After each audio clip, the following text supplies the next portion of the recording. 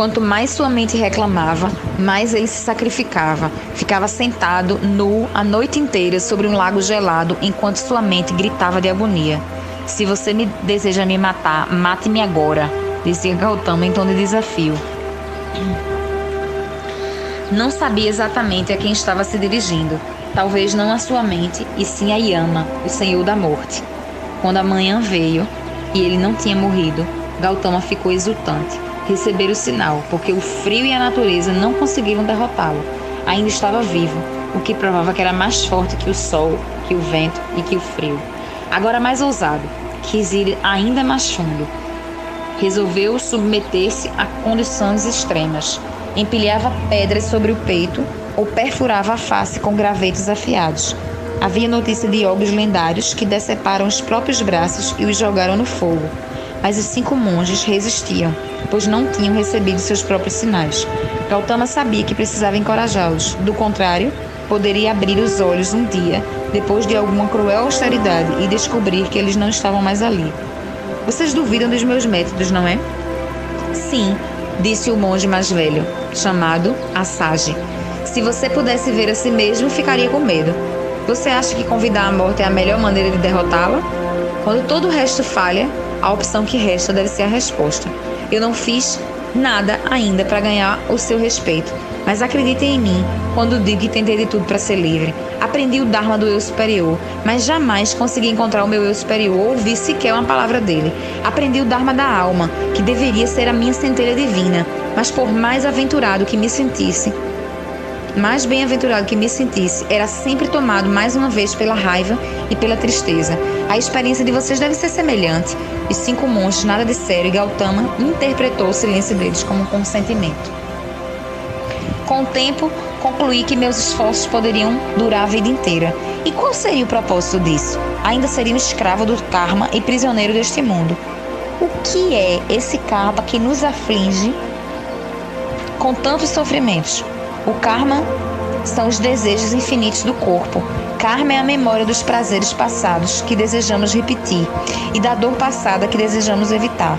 São as ilusões do ego e a tempestade de medo e raiva que assediam a mente. Portanto, decidi cortar o karma pela raiz. Mas como? Você acha que sabe algo que ninguém sabe? Perguntou a Sage. Seu corpo macérrimo já mostrava o efeito de anos e anos de privações. Não eu. Mas você vive a vida de uma seta. Já não passou anos sentado em silêncio, repetindo suas preces, contemplando as imagens dos deuses, recitando os 1008 nomes de Vishnu? O monge mais velho fez que sim. E alguma dessas coisas o libertou? Perguntou Gautama. Não. Então por que continuar fazendo algo que não funciona? Os sacerdotes do templo lhe ensinaram a buscar Deus. Sacerdotes que não encontram a liberdade, mas que acham ser donos de ensinamentos sagrados, assim como um fazendeiro que põe sua marca no gado. Gautama não comia há dias e mal dormia. Ficou pensando se talvez não estivesse parecendo meio louco. Um dos monges mais jovens o interrompeu. Conte-nos então qual é o seu caminho. Na estrada, encontrei um velho, sannyasi, chamado Ganaka, que me disse algo importante. Deixe que o mundo seja teu mestre. No começo, não entendi o que ele queria dizer, mas agora eu entendo. Toda experiência que me prende é uma experiência mundana. O mundo é sedutor e é difícil interpretar o que ele realmente é. Mas esse mundo nada mais é que desejo, e todo desejo faz com que eu busque o mundo. Por quê? Porque acredito que seja real. Os desejos são fantasmas que encobrem a face da morte, que sorri para nós. Sejam sábios, não acreditem em nada. Foi necessário passar várias noites em volta da fogueira conversando, mas Gautama e os 5 monges acabaram concordando. Não dariam a seus corpos nada que pudessem alimentá-los no mundo, nenhum desejo a alcançar, nenhuma vontade de que pudessem tornar-se escravos. Sentavam-se como estátuas, de frente para uma parede, e por mais que os desejos surgissem, cada um deles era friamente ignorado. Mesmo que estejamos amarrados a nosso karma por 10.000 fios, podemos rompê-los um de cada vez. Quando o último elo for desfeito, o karma está morto, e não nós. Ele acreditava em cada palavra que dizia. Talvez os 5 monges não acreditassem, mas o seguiam mesmo assim. Sentavam-se de frente para uma parede e esperavam. Gautama estava tão determinado que acreditava que iria alcançar sua meta muito em breve. Já Assaji não conseguia se compreender. A infelicidade surge das expectativas que não se realizam, retrucou Assaji. Mesmo não esperar nada pode ser uma armadilha. Gautama curvou a cabeça. Eu compreendo, mas seu gesto de humildade ocultava o fogo que tinha dentro de mim. Nas lendas, outros yogis tinham encontrado a mortalidade. Aspiravam coisas grandes, e Gautama também se via assim. Escolheu um lugar a céu aberto, sem proteção, e sentou-se num monte de pedras, não se preocupando em tirá-las dali. Então, esperou. Se você precisa ir, então vá. Não preciso que se explique, disse Assaji. Lançou um Kondana com um olhar gentil sem reprovação. Kondana era o mais jovem dos 5 monges, mas no final das contas acabou provando ser o mais resistente. Você já sabe quais são meus motivos. Olhe só para ele, protestou Kondana. Apontou para a figura retorcida deitada no chão da floresta, tão semelhante a uma madeira velha, que às vezes ele tinha que se lembrar de que na verdade aquilo era uma pessoa viva, Gautama. Não posso ficar e vê-lo se matar. É como observar um cadáver se decompor enquanto ainda respira. Ele já tinha ficado mais tempo do que 3 dos 5 monges. Nenhum deles era impaciente. Desde que juraram seguir Gautama, eles buscaram a iluminação por 5 anos. Nem se mexe mais. Fico pensando onde ele deve estar. Creio que está no inferno, respondeu Kondana em tom melancólico. Os anos de austeridade fizeram com que diversas coisas acontecessem. Todos passaram por experiências em suas meditações que jamais sonharam ser possíveis. O próprio Assaji visitou o lar dos deuses. Assistiu a Shakti, a consorte curvilínea de Shiva, dançar para ele. Uma dança em cada passo abalava os mundos e o tilintar dos sinos que trazia nos tornozelos transformava-se em estrelas. Teve conversas com os maiores sábios, como Vasista, morto há séculos. Só Gautama não contava essas histórias. E depois que o inverno se estabeleceu nos picos do Himalaia, foi uma questão de sobrevivência forçá-lo a encontrar um lugar onde pudesse ficar mais protegido. Relutantemente, Gautama concordou, mas somente sob a condição de que ele poderia continuar com suas privações e que os 5 monges não deveriam entrar em contato com outros seres humanos. Um homem emaciado, cuja pele endurecera até se tornar uma couraça marrom rachada e que há tempos subsistia com 1/10 do alimento que é dado a um recém-nascido, não é uma visão muito agradável. Algumas pessoas o considerariam uma farsa, outras um louco. Uns poucos mais supersticiosos o chamariam de santo.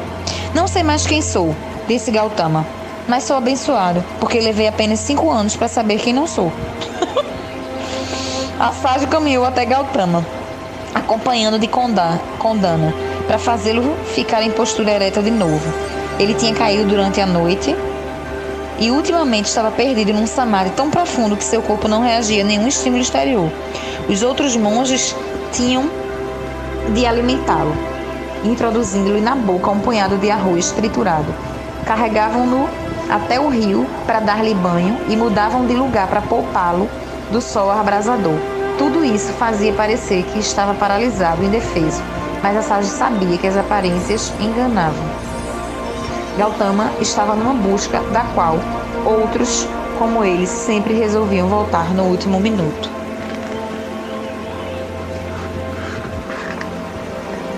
Kondana pôs suas sandálias e enfiou algumas frutas secas no canto do seu chale. Você vem comigo? Perguntou Assaji. Não. Você ainda acha que ele tem alguma chance, que pode conseguir? Eu não diria isso. Não havia mais nada a dizer. Kondana prostrou-se diante de Gautama e colocou uma orquídea selvagem aos seus pés, em sinal de reverência. Não sentia mais culpa por perder as esperanças. Estava exausto demais para sentir qualquer coisa. Enquanto saía, Assaji o tocou no ombro. Quando chegar a hora, mandarei buscar vocês. Nós 5 devemos levar o corpo dele até sua família. Essas foram as últimas palavras que Assaji disse ou ouviu nos 3 meses seguintes. Veio a primavera e cada dia trazia uma chuva de flores brancas que caíam das árvores sal, que cobriam a parte norte da floresta. Gautama não se alterava. Às vezes demonstrava mais sinais de vida. Asaj o ouvia sair dali à noite para atender ao chamado da natureza, mas isso acontecia raramente. Eventualmente, o nível de água na cuia que Asaj colocava ao seu lado baixava. O que finalmente cedeu foi o próprio corpo de Asaj. Ele adoeceu sozinho na floresta. Para ele, aquilo era um sinal. Envolto em seu chale, sofreu com o delírio de febre durante 5 dias e 5 noites. Quando a febre baixou, ele tremia e suava frio. Lentamente, seu corpo recuperou a saúde. Mas com isso, houve uma mudança repentina. Asaj sentiu fome novamente. Ansiava por uma refeição de verdade e começou a vasculhar o chão da floresta em busca de algum pássaro morto para cozinhar. Se agora estou reduzido a catar comida estragada, então minha busca chegou ao fim. Ele não queria atingir um nível subhumano, por maior que fosse a meta da iluminação. Decidiu falar com Gautama. Agachou-se certa manhã, junto ao irmão imóvel, limpando a sujeira de seu rosto com a água de cuia. Estou indo, disse ele. Gautama não deu sinais de que o havia escutado. Devo pensar na minha alma. Se você morrer e eu deixá-lo fazer isso, meu pecado será tão grande quanto um assassinato. Você não deve ser responsável por isso. Tenho vergonha de falar em pecado diante de alguém como você. Mas não há vergonha se decidir vir comigo. A culpa de Asaj fez com que ele se sentisse que já tinha falado demais. Como os outros, sua fé tinha chegado ao limite. Asaj ficou no acampamento por mais alguns dias. Fez uma pilha de frutas perto de Gautama e colocou água para uma semana. Era estranho pensar em como aquela figura imóvel ainda estava viva e que, por trás de sua máscara, estivesse travando uma enorme batalha. Fique de frente para a parede, como uma estátua, e resista sempre. Asaj lembrou-se das palavras de ordem encorajadoras de Gautama, porém não conseguia mais segui-las. Fique de frente para a parede, como uma estátua, e resista sempre. Deixou o acampamento antes de amanhecer, sem fazer ruído. Gautama não o ouviu partir. Ele não ouviu nada desde que havia percebido, e mesmo assim apenas com a parte mais distante de sua mente, que Kondana tinha ido embora. Não importara. Percebera que estava trilhando aquele caminho sozinho. Havia 2 jornadas que só podiam ser feitas sem companhia. Jornada para a própria morte e a que leva à iluminação. Em suas meditações, ele chegava ao céu antes dos outros, mas nada disse a respeito. Era de uma beleza deslumbrante. Seres celestiais dourados materializavam-se à sua volta, mas ele seguiu o caminho que os outros monges não escolheram. Gautama deu as costas a esses seres celestiais.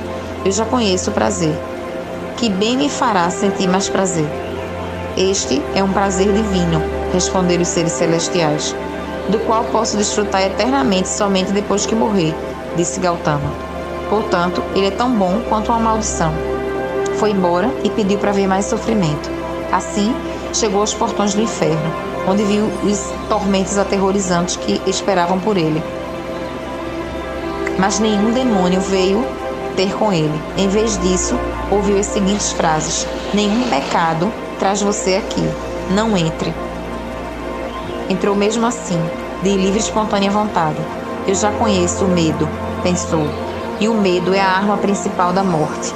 Deixe-me experimentar o pior tormento, e então o medo não terá poder sobre mim. A fase de tormentos infernais durou muito tempo, porque toda manhã seus ossos quebrados e sua pele esfolada se recompunham. Onde está Mara? Perguntou Gautama. Preciso ver o que ele pode fazer de pior. Mas, por alguma razão, Mara nunca aparecia. Gautama ficou se perguntando se isso seria uma armadilha, mas depois que os sofrimentos se tornaram uma rotina, sua mente acabou ficando entediada. Certa manhã, os demônios não apareceram, e então as cenas do inferno sumiram, dando lugar a um silêncio escuro e imóvel. Gautama desesperou. Ele sabia que havia derrotado todas as formas de sofrimento imagináveis. Seu corpo não sentia mais dor, sua mente não criava um único desejo, e mesmo assim, ele não obteve nenhum sinal de que havia alcançado seu objetivo. Como uma noite calma e infinita, o silêncio o envolvia. Gautama decidiu abrir os olhos. Primeiro houve apenas a leve sensação de estar envolto num cobertor, que depois de um tempo, ele percebeu que era seu corpo. Olhou para baixo. Era meio-dia. mas alguém o havia colocado sobre a copa das árvores, onde a luz do sol não penetrava. Examinando-se, Gautama viu 2 gravetos cruzados, pernas, 2 patas de macaco ressecadas, mãos. Percebeu uma pilha de frutas apodrecidas ao seu lado, coberta de vespas e formigas. De repente, deu-se conta de que sentia sede. Levou a mão até a cuia de água, mas os últimos centímetros de líquido estavam verdes e cheios de larvas de mosquito. Pôde sentir, à medida que se acostumava a estar novamente em seu corpo, que ele não aguentaria mais. Mesmo assim, tudo que conseguia pensar era em encontrar os 5 monges para lhes contar que ele fora iluminado. Gautama tentou desdobrar suas pernas finas como gravetos e levantar-se, mas quando se mexeu 1 centímetro, os músculos enfraquecidos gritavam de dor. Olhou para as pernas com certa reprovação, como um homem que acaba de se tornar pai e se sente impotente quando o bebê chora. Gautama não sentia nenhuma compaixão por seu corpo, mas era preciso lidar com ele. Forçou seus membros a se moverem e lentamente começou a rastejar pelo chão da floresta. Sentiu o chão úmido e quente. Vermes e insetos haviam se alojado sob sua pele, assim como pedras e fungos. Ele podia ouvir o som da água corrente ali por perto. Sentiu a sede desesperada de seu corpo. Talvez conseguisse chegar à água a tempo, talvez não. Continuou a rastejar, mas agora o chão da floresta mal se movia debaixo dele. Conseguia praticamente contar cada besouro que seu peso esmagava. Uma pequena cobra de cor vermelha brilhante deslizou perto de seu rosto. O ar ficou parado e mover-se mais, mesmo rastejando, tornou-se impossível. Deitado ali, ele nunca esperou que a iluminação fosse a única coisa que aconteceria antes que morresse.